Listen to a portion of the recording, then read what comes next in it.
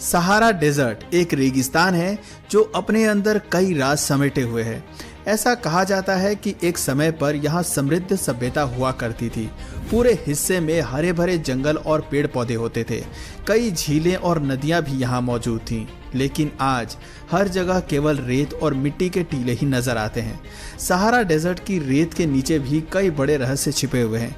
चलिए जानते हैं कि आखिर क्यों सहारा डेजर्ट को इतना मिस्टीरियस माना जाता है।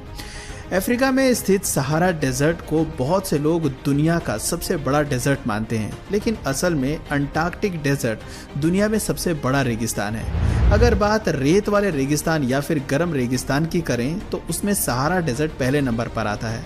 सहारा रेगिस्तान अफ्रीका के 11 देशों में फैला हुआ है, जिनमें अल्जीरिया, लीबिया, मिस्र, मोरक्को, मॉरिटानिया, माली और सूडान जैसे देश शामिल हैं। सहारा डेजर्ट का टोटल एरिया 92 लाख वर्ग किलोमीटर है और अफ्रीका के लगभग 1/3 हिस्से को इसने कवर किया हुआ है। आपको जानकर काफी हैरानी होगी कि सहारा डेजर्ट हर साल एक्सपेंड हो रहा है। 5 से 10 किलोमीटर तक ये रेगिस्तान साउथ की ओर एक्सपेंड हो रहे हैं। नेशनल साइंस फाउंडेशन के मुताबिक सन 1920 से लेकर अब तक सहारा रेगिस्तान के एरिया में 10% तक की बढ़ोतरी हुई है। इस पूरे रेगिस्तान में सिर्फ रेत ही नहीं है, केवल 20% हिस्से को ही रेत ने कवर किया हुआ है और बाकी का हिस्सा रॉकी प्लेट्यूज से घिरा हुआ है। रेगिस्तान में आमतौर पर बहुत ज्यादा जानवरों की प्रजातियां देखने को नहीं मिलती। फिर भी वैज्ञानिकों ने 4000 ऐसी प्रजातियों के बारे में पता लगाया जो इस रेगिस्तान में पाई जाती हैं। इनमें mammals, hamsters, jerboas, antelopes, jackals, dune cats और मोंगूज आदि शामिल हैं। अधिकांश जानवर रेत के भीतर बिल बनाकर या फिर पहाड़ियों के बीच में छिप कर ही रहते हैं। तपती गर्मी से खुद को बचाना यहाँ एक बड़ा चैलेंज होता है। सहारा रेगिस्तान में औसतन तापमान 35 डिग्री सेल्सियस के आसपास रहता है, लेकिन सूरज की गर्मी रेत को बहुत ज़्यादा गर्म कर देती है, जिस कारण यहाँ सरवाइव करना और भी ज़्यादा मुश्किल हो जाता है। कभी कभी तापमान 50 डिग्री से 58 डिग्री सेल्सियस तक पहुंच जाता है। रात के समय तापमान 0 डिग्री तक गिर जाता है, तो वहीं माउंटेन प्लेटूज वाले हिस्से में कई बार तापमान -18 डिग्री तक पहुंच जाता है। तापमान में इस बदलाव का असर यहाँ के पठारों में देखने को मिलता है। उनमें दरारें आने लगती हैं और वे टूटकर रेत में परिवर्तित हो जाते हैं। सहारा रेगिस्तान जैसे गर्म इलाके में भी कुदरत ने कई करिश्मे दिखाए हैं और यहाँ पर बर्फबारी भी देखने को मिली है।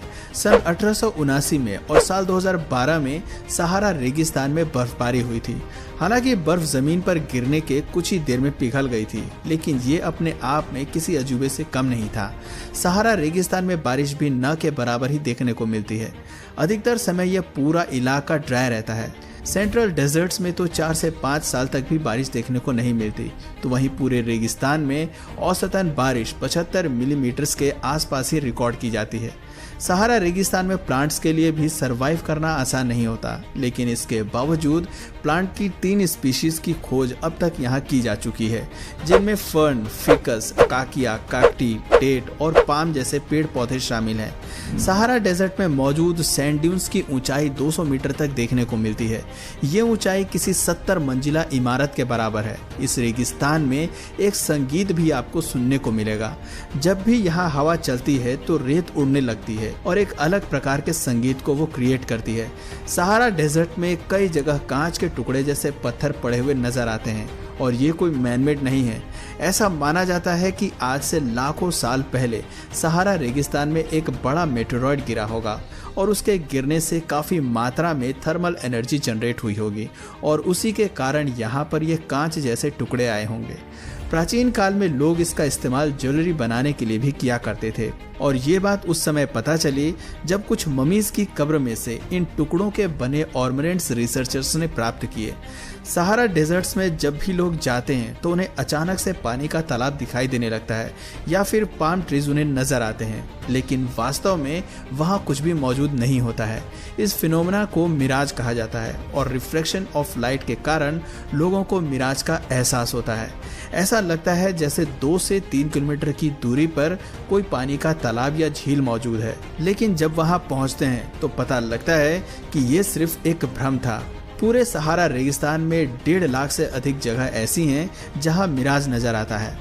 दोस्तों, सहारा डेजर्ट अपने अंदर और भी न जाने कितने रहस्य दफन किए हुए है। साइंटिस्टों का कहना है कि एक समय पर सहारा रेगिस्तान काफी हरा भरा हुआ करता था। इतना ही नहीं, यहाँ एक समय में बहुत उन्नत सभ्यता भी हुआ करती थी जो अपने समय के मुकाबले काफी एडवांस थी। एटलांटिस शहर के बारे में आप लोगों ने शायद सुना भी होगा, जिसे खोजने की कोशिश पिछले सैकड़ों सालों से जारी है। कुछ रिसर्चर्स का कहना है कि एटलांटिस शहर अटलांटिक महासागर की गहराइयों में समा गया था, तो कुछ अंटार्कटिका में बर्फ के नीचे इस शहर के छिपे होने की बात कहते हैं। लेकिन सहारा रेगिस्तान में कई ऐसे सबूत मिले हैं जो ये दावा करते हैं कि रहस्यमय अटलांटिस शहर इसी रेगिस्तान में हुआ करता था।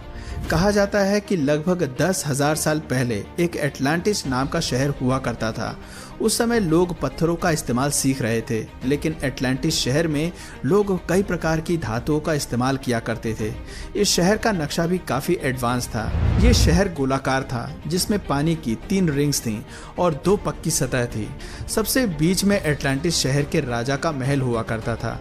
महल तक पहुंचना किसी भी अन्य देश के लिए लगभग नामुमकिन था। एटलांटिस शहर के लोग नदी में बांध बनाना जानते थे। घरों तक पानी पहुंचाने के लिए पाइप का इस्तेमाल किया जाता था और सिंचाई के लिए भी बेहतरीन साधन वहां उपलब्ध थे। इस शहर के चर्चे अफ्रीका और यूरोप तक थे।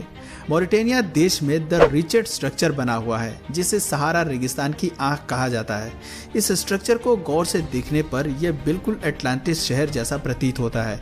इतना बड़ा स्ट्रक्चर किसने और क्यों बनाया, वैज्ञानिक आज तक इसका पता नहीं लगा पाए हैं। उम्मीद करते हैं आपको सहारा रेगिस्तान के बारे में ये सारी जानकारी पसंद आई होगी।